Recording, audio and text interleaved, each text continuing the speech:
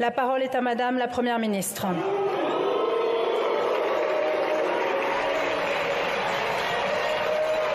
Sur le fondement de l'article 49, alinéa 3 de la Constitution, j'engage la responsabilité de mon gouvernement sur l'ensemble du projet de loi de financement.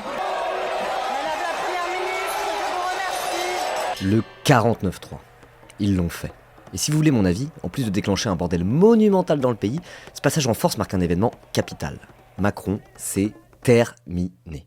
Finito ? Et il n'y a pas que Macron qui est finito, parce que il va emporter la Macronie avec lui, c'est-à-dire le tas d'opportunistes qui lui obéissent le doigt et à l'œil. Et il va aussi emporter le macronisme avec lui, c'est-à-dire sa façon de gouverner, son style, son rapport désastreux à la politique. Enfin, je sais pas, regardez comme Bruno Le Maire a l'air inquiet. Regardez Olivier Dussopt obligé de se faire réconforter par le garde des Sceaux. C'est presque mignon. Ça sent très fort le roussi pour eux, ça se voit. Et ça c'est pendant l'annonce du 49.3. Parce que je peux vous dire que depuis, ça fait qu'empirer. Au moment même de l'annonce, bim, tout le monde s'est massé place de la Concorde en signe de protestation. Et sans la police, l'Assemblée nationale aurait été probablement occupée par les manifestants ce soir-là. Le lendemain, rebelote, un grand feu de joie en face de l'Assemblée. Et vas-y que ça chante des Macron d'émission, et vas-y que ça chante même des Marseillaises, et vas-y que ça jette des effigies de Macron dans le feu.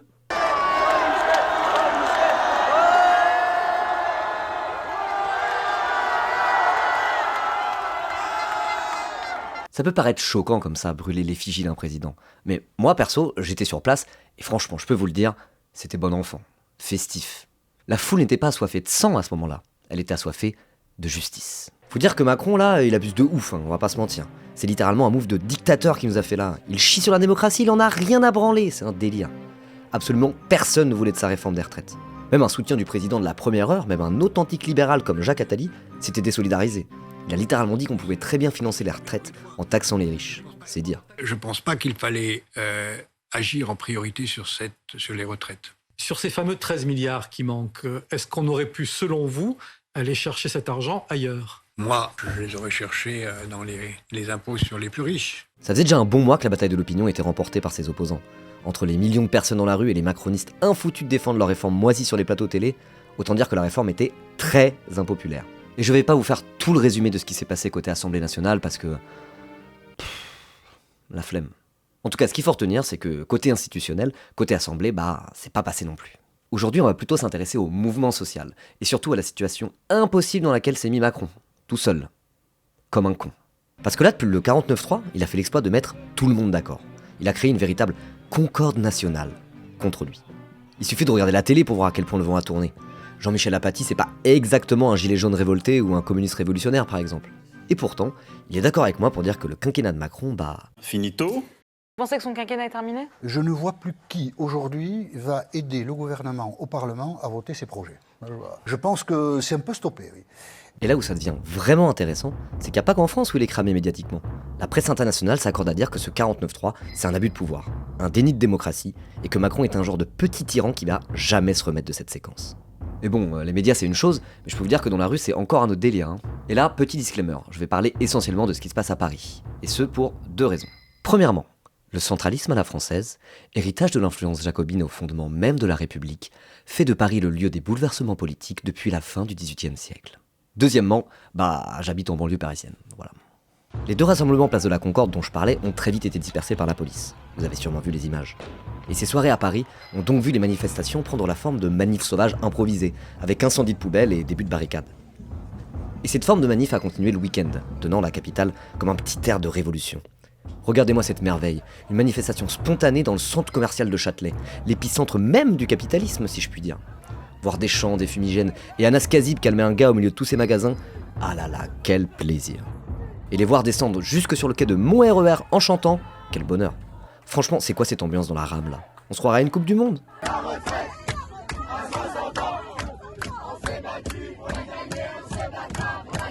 Sauf que c'est pas une Coupe du Monde, c'est l'insurrection populaire là en fait.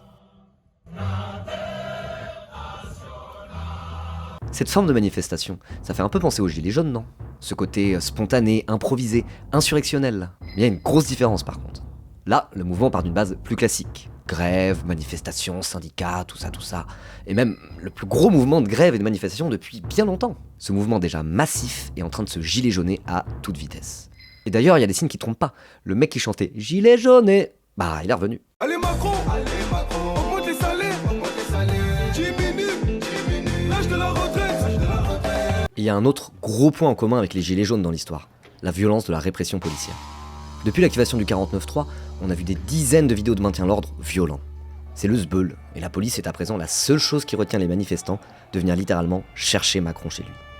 Ça peut paraître violent ce que je dis, mais cette violence est simplement à la hauteur de la violence de Macron, qui gouverne seul, comme un roi jupitérien, au mépris de toutes les règles démocratiques.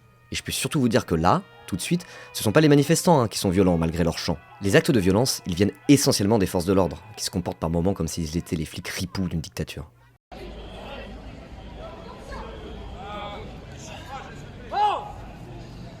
Bouge! Journaliste. Je suis journaliste, j'ai une carte de presse. J'ai une carte de presse. Dépêche-toi! Une carte de presse. Tiens, ça fait penser à la scène de Mantes-la-Jolie que je vous avais montrée dans ma vidéo sur les profs et les flics, non? C'est normal. La police applique à présent sur le tout venant les méthodes qu'elle a expérimentées sur des jeunes de banlieue, la plupart du temps noirs ou arabes. C'est d'ailleurs aussi ce qui s'est passé au moment des Gilets jaunes. Les mains dans le dos, ta main dans le dos, l'autre, vite. Je te pète le poignet, putain. Bougez là. Des manifs sauvages, des rassemblements spontanés, une police en dernier rempart face à l'insurrection. Décidément, il y a bien un vent de révolution dans l'air. D'autant plus que le lundi 20 mars, 4 jours après le 49.3, il s'est passé ça. Voici le résultat du scrutin. Majorité requise pour l'adoption de la motion de censure, soit la majorité absolue des membres composant cette assemblée, 287, pour l'adoption, 278. La majorité requise n'étant pas atteinte, la motion de censure n'est pas adoptée. Cette motion de censure, si elle était votée, était un moyen de faire tomber le gouvernement et annuler la réforme. C'était aussi paradoxalement une porte de sortie de crise pour Macron. Mais à 9 voix près, elle n'est pas passée. Et ce soir-là, Paris s'est enflammé encore un peu plus. Regardez ces deux cortèges improvisés qui se croisent par hasard. C'est beau, non? Et ça, vous l'avez vu?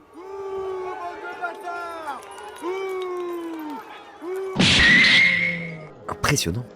Autre chose intéressante à noter, de plus en plus de vidéos semblent montrer une police essoufflée, débordée, et trop peu nombreuse pour contenir les manifestants.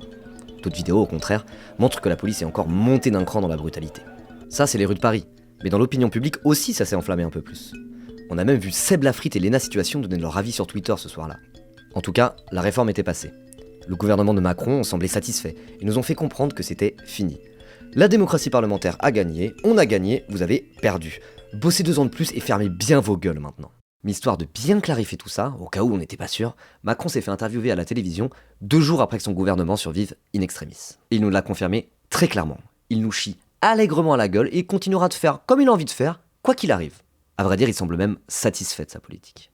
S'il y a une chose que je regrette, c'est que nous n'avons pas réussi à partager la contrainte, plus exactement la nécessité de faire cette réforme. Je regrette qu'aucune force syndicale n'ait proposé un compromis.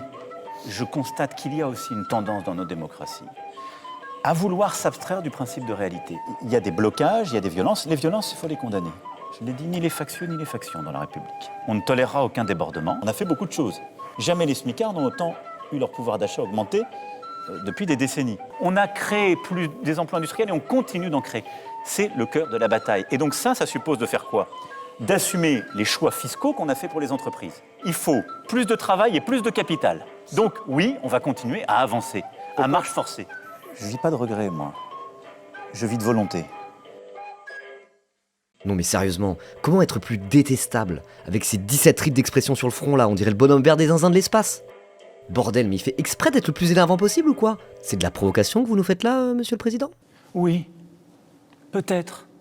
En tout cas, une chose est sûre, après cette interview, la France entière est contre lui. Il y a de plus en plus d'artistes et d'influenceurs qui prennent la parole pour dire qu'ils sont du côté des manifestants, qui soutiennent la grève et qui sont pas du tout d'accord avec ce qui est en train de se passer. Alors que d'habitude, ils parlent jamais de politique. Bref, je vous le redis encore une fois, mais vous avez très bien compris, Macron est finito. Et à travers lui, c'est tout ce qu'il représente qui est peut-être bien finito aussi. Je dis pas que c'est la fin du capitalisme là, cette année, mais est-ce que ça serait peut-être pas la fin de ce qu'on appelle souvent la période néolibérale? Peut-être. Ce qu'on appelle la période néolibérale, c'est la séquence qui s'est ouverte dans les pays du Nord au tout début des années 80. En gros, au moment où Thatcher était au pouvoir au Royaume-Uni, Reagan aux États-Unis et Mitterrand en France. À la fin des années 70, le grand public découvre que l'URSS de Staline, c'est pas franchement la joie. Et c'est donc aussi à ce moment-là que l'idéal socialiste, l'horizon communiste, commence à faire moins rêver. Les années 80 voient donc la victoire totale et écrasante de l'idéologie capitaliste. C'est aussi pour ça que Mitterrand, président élu avec un programme de gauche plutôt ambitieux, s'est mis très vite à privatiser tout un tas d'entreprises et libéraliser l'économie. Alors qu'à la base, il a commencé en étant de gauche, quoi. C'est parce que le monde entier s'est rallié au néolibéralisme que la gauche de gouvernement en France s'est droitisée petit à petit. François Hollande, par exemple, il a participé à cette transformation de la gauche dès les années 80, et il a carrément fini président. Et d'ailleurs, son quinquennat accouchera finalement de l'incarnation la plus pure du néolibéralisme, Emmanuel Macron. L'avènement néolibéral, c'est la financiarisation de l'économie et la dérégulation des marchés. C'est la perte de vitesse des syndicats de travailleurs et l'éclatement du monde du travail. C'est la ringardisation de l'État-providence et la casse des services publics. C'est l'État mis au service des marchés financiers et des grandes entreprises. C'est la généralisation des logiques marchandes à chaque échelon de nos vies. L'ère néolibérale, en fait, c'est le monde dans lequel on vit depuis 40 ans, quoi. Et Macron, qui voulait faire de la France la Start-up Nation, il représente à la perfection tout ça. C'est l'émanation quasi organique d'un néolibéralisme arrogant et débridé. Un président qui considère la France comme une entreprise dont il serait le manager toxique. Il croit qu'on gère un pays comme une entreprise, sauf qu'il ne peut pas licencier le peuple. Par contre, le peuple peut le licencier. Sauf que ce système est à bout de souffle, et ça on est de plus en plus à s'en rendre compte. La crise financière de 2008 a montré que le capitalisme débridé, c'était pas si idéal que ça, et depuis c'est un peu la merde. Enfin, je sais pas, observez la situation là tout de suite, hors réforme des retraites. Il y a une guerre en Europe qui a permis aux patrons et actionnaires des multinationales de s'engraisser comme des porcs, à tel point que le conseil d'administration de Total a voté une augmentation de leur PDG multimillionnaire il y a 2 semaines. Il y a un énième krach boursier à cause de l'irresponsabilité d'une poignée de banquiers californiens sans scrupules. La Silicon Valley Bank, quoi. Non mais si merde. Et puis évidemment, il y a eu encore un rapport du GIEC qui nous dit littéralement que si on ne change pas le système tout de suite, on va rendre la planète invivable et plus ou moins tous crever. Les gens sont pas idiots. On fait le lien entre tous ces événements. Il y a de moins en moins de personnes qui sont dupes, et si la colère se dirige précisément vers Emmanuel Macron, c'est qu'il représente tout ça à la perfection, encore une fois. Cette réforme des retraites, il en fait un cas important parce que c'est le cœur de sa politique dont il n'a pas varié depuis 2017. Là, les réformes structurelles, l'adaptation de la France à la mondialisation néolibérale, etc., c'est le cœur qui ne bouge pas. Et c'est bien ça qui fait réagir très fort la société, parce qu'il va encore plus, il pousse le curseur un peu plus loin que les précédents gouvernements qui avaient déjà heurté parfois les préférences collectives des Français. Et c'est ça qui bloque. Quand les Gilets jaunes ont émergé fin 2018, un des mots d'ordre était que l'augmentation des taxes sur l'essence, c'était que la goutte d'eau qui fait déborder le vase. Leur colère était là depuis longtemps et est montée en silence, jusqu'à exploser à ce moment-là. L'explosion sociale qu'on est en train de vivre, c'est un peu la même chose. Sauf que là, la goutte, c'est le passage en force antidémocratique d'un président face à un mouvement de grève massif et des millions de personnes dans la rue. Ça, c'est la goutte. Imaginez seulement la taille du vase. Le vase, c'est ces 40 dernières années sous le signe du néolibéralisme. Ces années de résignation, on nous a bien fait comprendre que les conquêtes sociales, c'était plus trop l'époque et que l'économie de marché allait régler tous les problèmes de ce monde. À la dissolution de l'URSS, on nous a même annoncé la fin de l'histoire. Mais non, l'histoire n'est pas terminée. On a déjà eu l'occasion de s'en rendre compte. Et là, on est en train d'en vivre un bout dont on se souviendra peut-être longtemps. La coupe est pleine. Et on en a un point où c'est plus uniquement une question de réforme des retraites. Quand on fait bouillir de l'eau, la température monte sans qu'il y ait de transformation. Et c'est à 100 degrés Celsius, précisément, que l'eau liquide se transforme en vapeur. Il y a quelque chose de similaire dans le mouvement social. La colère, le ressentiment, la révolte des classes laborieuses montent, jusqu'à ce qu'on atteigne un moment de transformation. Ce moment de transformation, est-ce qu'on n'y serait pas ? Je suis pas en train de dire que ça y est, c'est le grand soir. Mais révolution, c'est pas un gros mot, hein, surtout en France. C'est un processus où la structure en place devient révolue. Et je pense pas que l'intégralité de la structure capitaliste va être révolue là tout de suite. Mais quand même, on sent bien que l'hégémonie culturelle néolibérale de ces 40 dernières années, elle est bien en train de se fissurer là. Et pour le coup, il y a un truc dont je suis sûr. C'est le moment de retourner à l'offensive. Parce que putain, ça fait un moment qu'on ne fait que se défendre contre les attaques de la droite et du patronat. Dans toute la période néolibérale que je viens de décrire, les seules victoires du mouvement social, ça a été de retirer des projets de loi. Ne pas laisser passer la réforme des retraites de Juppé, ne pas laisser passer le contrat première embauche, etc., etc. Ça fait 40 ans qu'on est dans une position défensive. Mais comme dirait SCH, qui soutient d'ailleurs le mouvement, la meilleure défense c'est l'attaque ou la contre-attaque. S'il y en a un qui a bien compris que l'heure était à la contre-attaque, c'est Olivier Matteux. Olivier Matteux, c'est le secrétaire CGT des Bouches-du-Rhône et il tient une ligne qu'on peut qualifier de radicale. Depuis le début du mouvement contre la réforme des retraites, il ne fait que gagner en popularité et en visibilité. Olivier Matteux, c'est peut-être le visage de l'avenir du syndicalisme français. Et avec son magnifique accent de Marseille et ses punchlines exceptionnelles, c'est véritablement l'homme de la situation. Le fait que ça soit ce genre de profil qui monte en ce moment, ça veut tout dire. Parce qu'Olivier Matteux, il veut pas juste le retrait de la réforme, il veut repartir à l'offensive.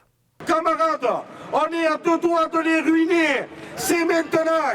C'est maintenant qu'il faut relever la tête. Et ça sera l'occasion de porter le débat sur l'utilisation des moyens que nous avons à disposition, parce que c'est nous qui les créons, de porter la retraite à 60 ans, à 55 ans, voire moins pour les métiers pénibles, à porter le SMIC à 2 000 € par mois, à faire qu'aucun retraité et moins de 2 000 € pour vivre, et qu'enfin on assure un avenir à notre jeunesse, qu'elle soit au lycée, à la fac ou dans les quartiers, à subir la violence et la précarité de ce putain de patronat et de gouvernement. On ne se lâche plus jusqu'à la fin. On ne se lâche plus jusqu'à la fin. Ah là là, qu'est-ce que je l'aime celui-là. Pourtant je suis pas exactement un Marseillais qui se pète le dos avec un métier pénible. Hein. Mais Macron vient de faire l'exploit de rassembler tout le monde. Des petits bobos de Paris jusqu'aux gros dockers de Marseille bien vénères. Non mais regardez-moi ça. Des étudiants parisiens qui viennent en bus jusqu'au Havre pour aider la CGT à bloquer une raffinerie. Avec en prime Medine, un rappeur que la droite et les réactionnaires détestent, au combat à côté des ouvriers d'une France qui n'est pas vraiment celle des quartiers. Tout le monde est ensemble contre Macron et son monde, prêt à repartir à l'offensive. C'est beau. Alors camarades, on lâche rien. Il faut que le mouvement continue, s'amplifie et nous mène non pas à la victoire, mais aux victoires, au pluriel. Il est temps de saisir cette occasion pour inverser la vapeur. Le mouvement social n'a pas dit son dernier mot, et même si on s'est fait anesthésier pendant plusieurs décennies, tournons cette page une bonne fois pour toutes. Je finis d'écrire ce texte au moment où des milliers de militants écologistes luttent à Sainte-Soline contre les méga-bassines. Et le moins qu'on puisse dire, c'est qu'ils sont déterminés face à un pouvoir qui les traite comme des terroristes, ou plutôt comme des éco-terroristes. Il y a eu une grande partie des manifestants violents, encore une fois, qui s'en prenaient physiquement aux gendarmes, et je veux redire que cela relève de l'éco-terrorisme. Retraite, climat, même combat. C'est un mot d'ordre qu'on entend de plus en plus, et à raison, ce sont les mêmes qui veulent nous faire travailler plus qui provoquent le désastre climatique. Je le sais, vous le savez, tout le monde le sait. La crise climatique en toile de fond est probablement le moteur qui va accentuer le ralliement de tous au mouvement social dans les années à venir. Une raison de plus, et pas des moindres, qui peut nous amener à penser que Macron et son monde sont bel et bien finito. Alors, n'hésitez pas, joignez-vous au mouvement si c'est pas déjà fait. Parlez avec vos proches, allez manifester, faites grève, bref, mettez-vous en action. Et les actions qui vont être les plus décisives dans les jours et semaines à venir, ça va être les blocages stratégiques. Portes de marchandises, raffineries, centres de dépôt d'ordures, etc. Quand il n'y aura plus une goutte de kérosène en France, Macron risque de moins faire le malin. Hein. Et les ouvriers en blocus comme à la Fosse-sur-Mer sont particulièrement motivés. Si l'argent ne vient pas leur manquer, ils peuvent tenir. On peut tenir. L'argent, c'est le nerf de la guerre, alors n'hésitez pas, si vous le pouvez, donnez aux caisses de grève, c'est vraiment important. C'est même peut-être ça le plus important au moment où je parle. J'ai mis des liens en description, alors allez-y, faites-moi péter le compteur les amis. Et si c'est galère de votre côté, essayez de convaincre des gens qui peuvent se le permettre de donner. Pourquoi pas en leur envoyant cette vidéo. Abonnez-vous. C'est pas très marrant ce qu'on est en train de vivre en vrai. Un pouvoir totalement isolé et illégitime tient face à la révolte à la seule force de sa police. On a la sensation que le monde court tout droit à sa perte, et même en cas de victoire face à Macron, il y a toujours l'extrême droite tapie en embuscade. Les années qui viennent risquent d'être tendues, et les crises qui s'annoncent peuvent être effrayantes. Mais il ne faut pas laisser la place au défaitisme ou à la peur. Si vous voulez mon avis, les événements de ces derniers jours en France peuvent nous encourager à garder espoir, car les Français n'ont pas dit leur dernier mot. Mais une révolution ne s'invite pas. C'est le peuple qui la décide. D'ailleurs, le monde entier a les yeux rivés sur nous, sur cette France vénère qui se laisse pas marcher dessus si facilement. À l'étranger, on nous admire souvent pour cette ténacité et cette capacité à ne pas se laisser faire. Un hashtag #BeMoreFrench a percé sur le Twitter anglais. Trop cool, non ? Et on voit ici et là des manifestations de soutien à l'étranger, devant les ambassades françaises comme en Grèce ou en Argentine. L'issue de ce mouvement peut avoir un impact à l'international. Ça, il faut pas l'oublier. Quoi qu'il en soit, au milieu de ce tumulte, une chose est sûre, il faut garder la tête haute. Face à la période d'agitation qui s'annonce, pas de place pour la résignation. C'est à nous tous, collectivement, de faire le taf maintenant. Avec toujours le même mot d'ordre, on lâche rien.